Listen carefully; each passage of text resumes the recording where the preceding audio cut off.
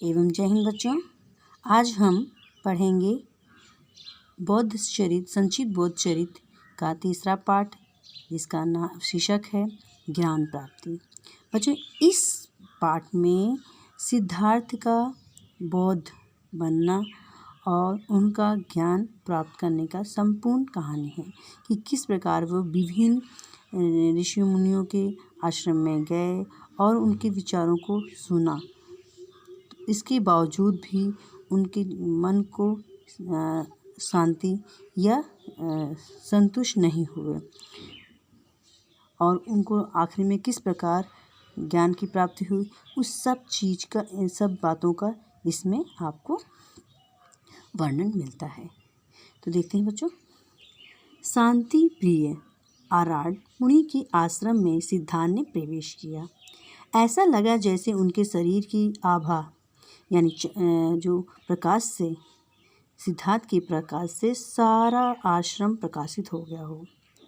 आराड मुनि ने दूर से ही सिद्धार्थ को देखा और उच्च स्वर में बुलाया। दोनों ने एक दूसरे का स्वागत किया और आसन ग्रहण किया। आराड मुनि ने सिद्धार्थ से कहा कि हे सौम्य, सौम्य मतलब हे सुंदर, मुझे पता है कि आप यहाँ क्यों पधारे हैं, यहाँ क्यों आए हैं, मुझे इसका कारण पता है। आप सब बंधनों को तोड़कर घर से निकल आए हैं और अपने माता पिता, बूढ़े माँ बाप को छोड़कर आए हैं। अपनी पत्नी, युवा पत्नी तथा नवजात बच्चे का जो मोह है वो भी आपको बांध नहीं सका है। आपका मन जो है सब प्रकार से धैर्यवान है, यानी धीरज धरने वाला है। आप ज्ञान रूपी नौका में सवार होकर दुख रूपी जो संसार है, सागर है, उसको पार करने कीजिए। आगे कहते हैं, आचार्यवर का कथन यथार्थ है। सिद्धार्थ कहते हैं कि हे आचार्य, आपका जो कथन है बिल्कुल सही है, परंतु पिछले वर्ष मैंने स्वाद को वश में किया, अर्थात जो सुख दुख का है, मोह है, उसको मैंने अपने वश में कर लिया है और रसना यानी जीभ को भी मैंने जीत लिया है, मतलब अपनी वाणी को भी मैंने जीत लिया है। मतलब मेरा अपने पर, मैं पूर्ण तरह से अपने पर मेरा काबू है। अब मुझे विशाल से सूक्ष्म में पहुंचना होगा। देह जो हमारा शरीर है, मेरे शरीर से मन की ओर जाना होगा। अश्रुमुख पत्नी और माता पिता को मैंने अत्यंत कठोरता से रोते छोड़कर आया हूँ। यदि फिर भी मेरे मन का प्रश्न ही रह गया तो मेरे गृह त्याग का से कोई फ़ायदा नहीं होगा, अर्थात मैंने जो गृह त्याग किया है इसका मुझे कोई लाभ नहीं होगा अगर मेरा मन विचलित रहा, मेरे प्रश्नों के उत्तर मुझे ना मिले तो। इस दृश्य अदृश्य जगत में क्या उत्तम है, इस तरह से सिद्धार्थ ऋषि आराड से प्रश्न करते हैं कि खोज में निकला हूँ, कि मैं इन सब प्रश्नों के उत्तर की खोज में निकला हूँ। मुझे अपने प्रश्न का उपाय खोजना है। आराड मुनि ने कुमार से कहा, हे सौम्य, पहले आप हमारा सिद्धांत सुनिए कि और उसे समझिए कि यह संसार जो है जीवन और मृत्यु के चक्र के रूप में चलता रहता है। यही प्रकृति का नियम है, इससे कोई वंचित नहीं रह सकता। आराड मुनि सिद्धार्थ से कहते हैं कि इस संसार में 5 अविद्या हैं, जो हैं आलस, जन्म, मृत्यु, काम, क्रोध और विषाद अर्थात दुख। यह सब अंधकारमय है और इन्हीं में इंसान फंस कर इस पुनः जन्म और मृत्यु के चक्र में पड़ता रहता है। आराड मुनि ने अक्षय पद प्राप्त करने के भी, अक्षय मीन कि इस संसार से मोक्ष प्राप्त करने के भी उपाय बताए और कहा, इन सिद्धांतों का अनुसरण कर अनेक जो ऋषि मुनि हैं उन्होंने मोक्ष की प्राप्ति की है। अरहंत मुनि के सिद्धांतों को सुनने के बाद सिद्धार्थ को संतोष की प्राप्ति नहीं हुई और वह अपने लक्ष्य की ओर आगे निकल गए।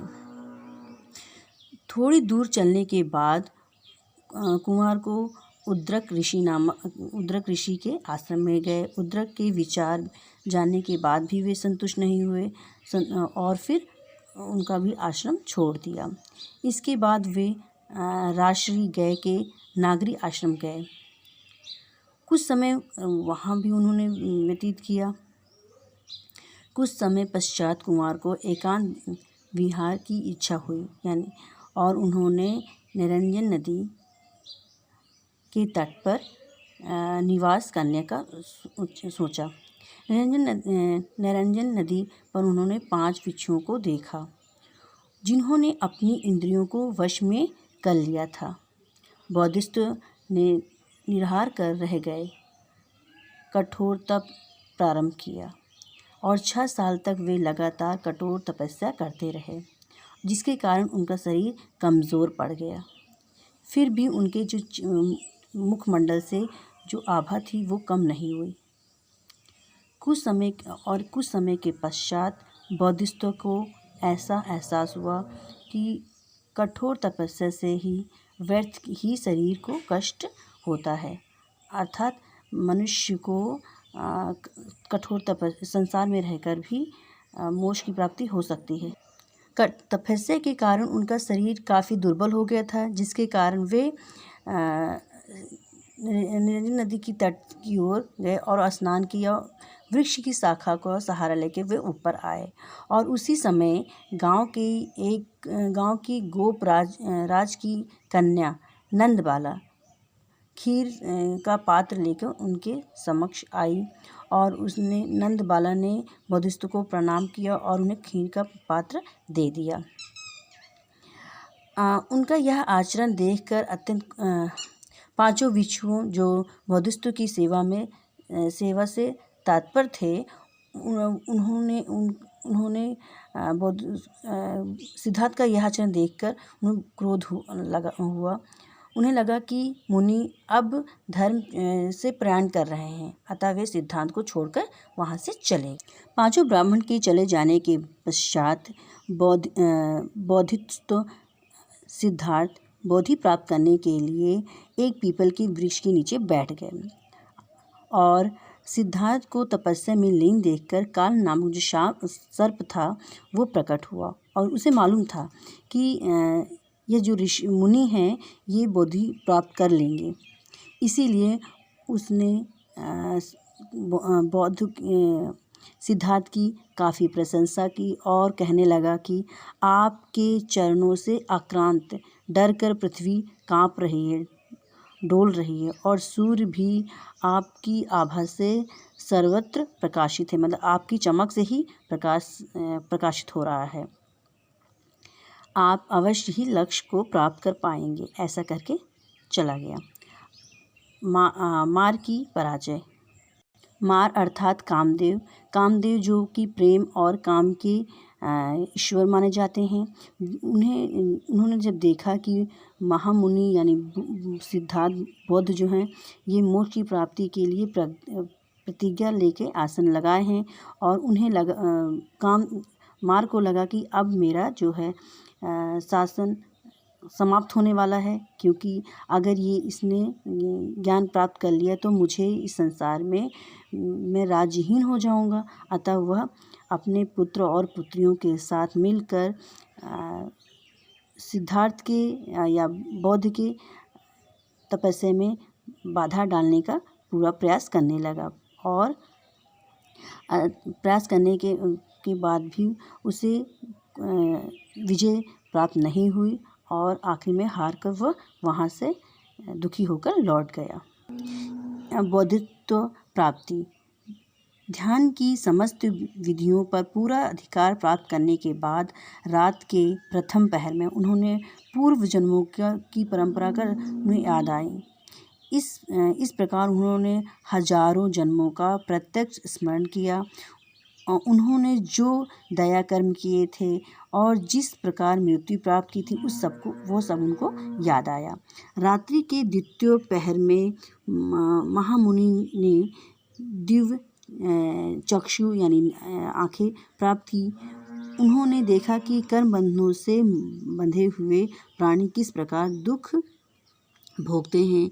मरने के बाद भी वे प्राणी निम्न योनियों में घूमते रहते हैं और दुख भोगते रहते हैं। या इस कहने का भाव है कि जन्म मृत्यु के बंधन में पड़े रहते हैं।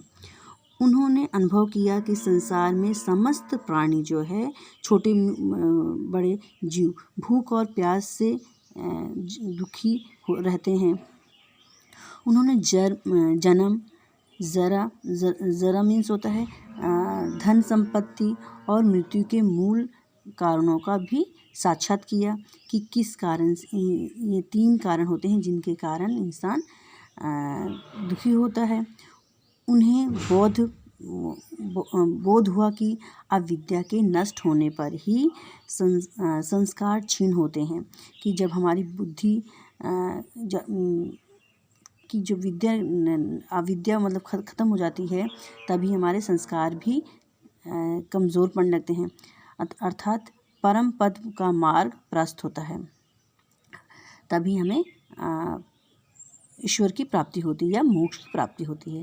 रात्रि के चौथे पहर में यानी 3 से 6 बजे के बीच का समय है में जब समस्त संसार शांति निद्रा में था तब महामुनि तपस्या में सफल हुए और उन्हें हर चीज का सर्व का ज्ञान हुआ। शाक्य मुनि की बौद्ध प्राप्ति ही सारी दिशाएं सिद्धों से चमक उठी और आकाश में दुधि बजने लगी, यानी कि संगीत बजने लगा। आकाश से पुष्पों की वर्षा होने लगी, वृक्षों से फल फूल बरसने लगे। ऐसा प्रतीत होने लगा जैसे समस्त प्रकृति जो है पर यौवन छा गया हो और देवता एवं ऋषिगण जो हैं उनके सम्मान में फूलों की वर्षा करने लगे, उनकी वंदना करने लगे। महात्मा बुद्ध ने जीवन मरण के संबंधों को भली भांति अच्छी तरह से जान लिया था और मुक्ति प्राप्त कर ली थी। तभी उन्हें जगत को बोध प्राप्त करने की प्रतिज्ञा का स्मरण हो आया। तभी 2 देवता आए और उन्होंने महामुनि से निवेदन किया, अर्थात सिद्धार्थ से निवेदन किया कि इस दुखी संसार का आप ही उद्धार कर सकते हैं। आप गुण और ज्ञान बांटिए। और महात्मा बुद्ध ने उनकी प्रार्थना को स्वीकार किया। इस प्रकार महात्मा बुद्ध को ज्ञान की प्राप्ति हुई। ठीक है बच्चों। अगर कोई भी आपको समस्या आई हो इस पाठ में समझने में तो आप कमेंट बॉक्स करके मुझसे पूछ सकते हैं। धन्यवाद बच्चों।